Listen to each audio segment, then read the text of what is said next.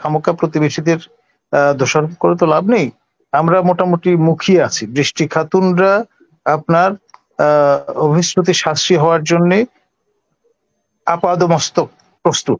সুতরাং খামোকা অন্যদের গালিগালাজ করে আপনার বাক পাসিং করে লাভ। এই শোতে আগে উল্লেখ করেছি, ইতিমধ্যে ইন্ডিয়ান রিইউনিফিকেশন অ্যাসোসিয়েশন গঠিত হয়েছে এবং ইট হ্যাজ বিকাম অপারেশনাল। মার্কিন যুক্তরাষ্ট্র প্রবাসী বেশ কিছু লোকজন এবং আমাদের প্রতিবেশী রাষ্ট্রে এমনকি তার সীমান্ত সংলগ্ন উভয় পাশে বেশ কিছু ব্যক্তি সক্রিয় হয়েছেন। এখন ধরুন বিভাগ পূর্ব অর্থাৎ 47 পূর্ব অবিভক্ত ভাইসরয়ের অধীনস্থ যেই ভারতবর্ষ ছিল, সেই ভারতবর্ষে দুই ক্যাটাগরি, প্রিন্সলি স্টেট ছিল এবং আপনার ইন্ডিয়ান প্যারামাউন্টসির সরাসরি অন্তর্গত ব্রিটিশ রাজ ছিল। তো সেই সুখ স্মৃতিগুলো রোমান্টিসাইজ করে আপনার ফোরফ্রন্টে নিয়ে আসা হচ্ছে।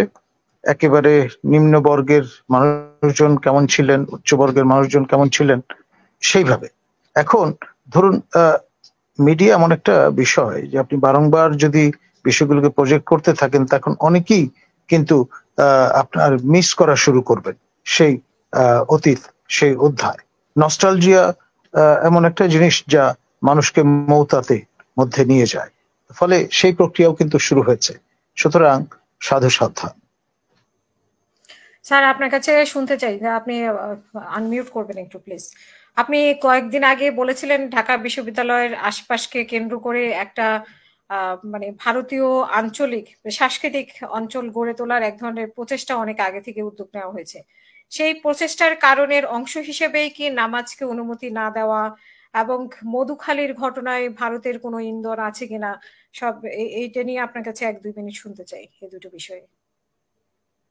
দেখুন, ব্যারিস্টার জিল্লুর মহোদয়কে আমি কোট করব। তিনি প্রায়ই বলেন যে যাবতীয় যা কিছু তার 99% দায়ভার বাংলাদেশের লোকজনের, 1% ভারতের।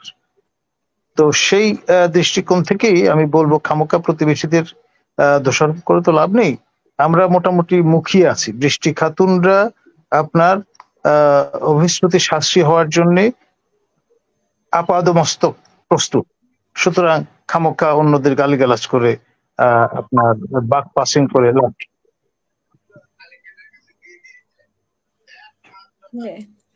না, আপনি বলেছিলেন তো যে ঢাকা ইউনিভার্সিটির আশেপাশে এলাকা নিয়ে একটা আমি রেসপেক্ট আমি এই ধরনের কথা বলেছি বলে আমার মনে পড়ে না।